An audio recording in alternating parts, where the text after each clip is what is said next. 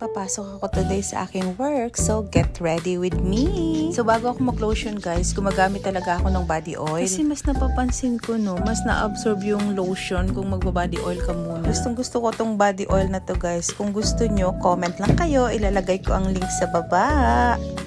So ayan na guys, tingnan nyo. Malapit na siya gumaling. Konting-konti na lang. Oh, so ito, maglalagay ako ngayon ng vitamin C. Pala yung ginagamit ko, vitamin C, tangerine, green tangerine. Ito yung ginagamit kong serum.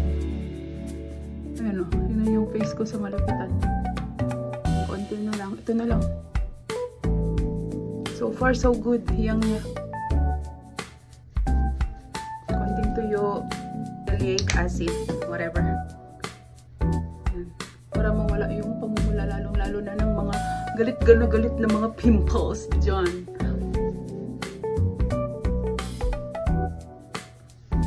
Ilang minutes. And after that, gagamit tayo ng moisturizer. Ito yung gamit ko ngayon. Basta nagbi-breakout ako guys. Ito yung gamit ko. Ito sa Aveeno. Konti lang.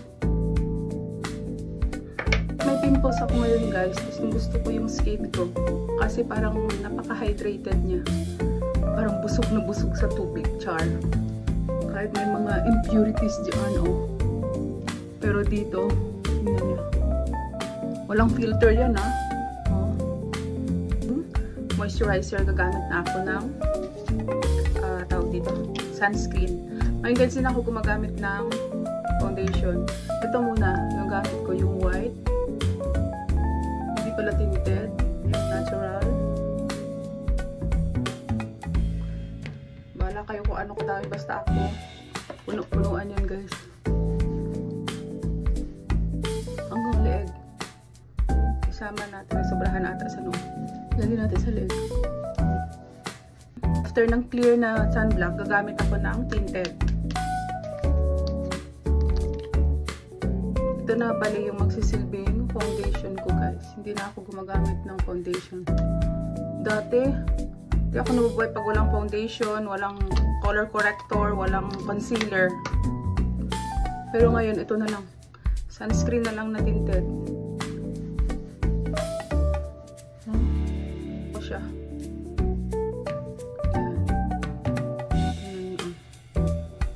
Kahit pa paano meron siyang coverage. Kahit konti lang. O, diba? Nawawala dito yung melasma ko. Konti na lang.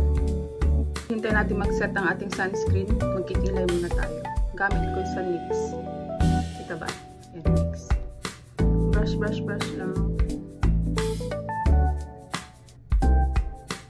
Wait, titingin muna ako sa salamin kasi kailangan ito maayos. Oh, tingnan nyo. Nag-iiba talaga basta makikilay, no? Tapusin ko lang yung sa kabila. Oh, ayan na. Maglalagay na ako ng blush on. Ito yung gamit ko. Gusto ko ito guys. Isang dot lang. Ganyan. Wait. So brush natin. Ganyan lang. Masyadong pigmented. Yan. Tingnan mo. Isang dot. Diba?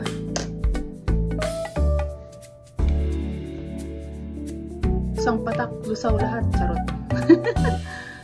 Yan. Dati nag-foundation pa ako. Ngayon hindi na. Kasi pag nagkakaedad, hindi na tayo dapat mag-jump pa. Kasi kitang-kita yung mga wrinkles and impurities. Kailangan doon na tayo sa glass skin. O, bahala kayo dyan. O, diba? Ganyan na siya. Then, after that, lalagay lang ako lalagay ako konting wing eyeliner. Konting-konti. Wait lang, ha? Dito ko sa loob nilalagay. Ito ang gamit ko. Tapos, ibabrush ko siya. Medyo hindi masyadong halata. Diba? Hindi masyadong halata. Pero, okay na yan. Sa loob ko siya nilalagay. Ganyan. Tapos, lagyan ko siya ng konti dito sa labas. Ganyan. Nakita nyo. Tapos, ikakalat ko siya ng brush niya dito. Maganda ito. Gusto ko siya. Dati ko na nga ito, meron ako nito, ngayon ko lang ito na-appreciate. Pero masyadong Tinitestis ko itong mata ko guys. Feeling ko kasi maliit.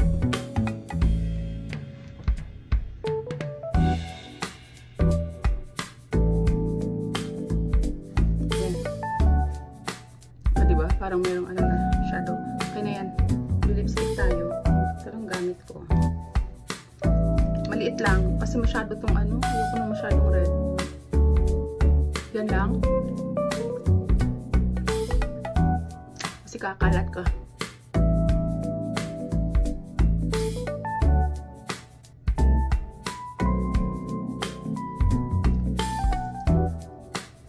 Pa, charot. Ganyan lang guys, everyday. Yan ang gamit ko.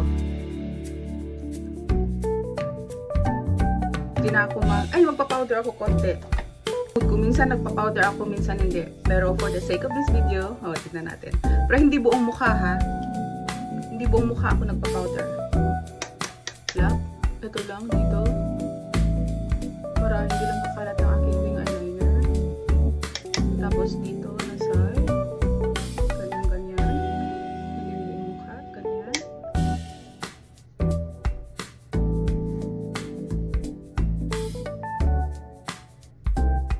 Pero minsan hindi talaga ako nagpa-powder.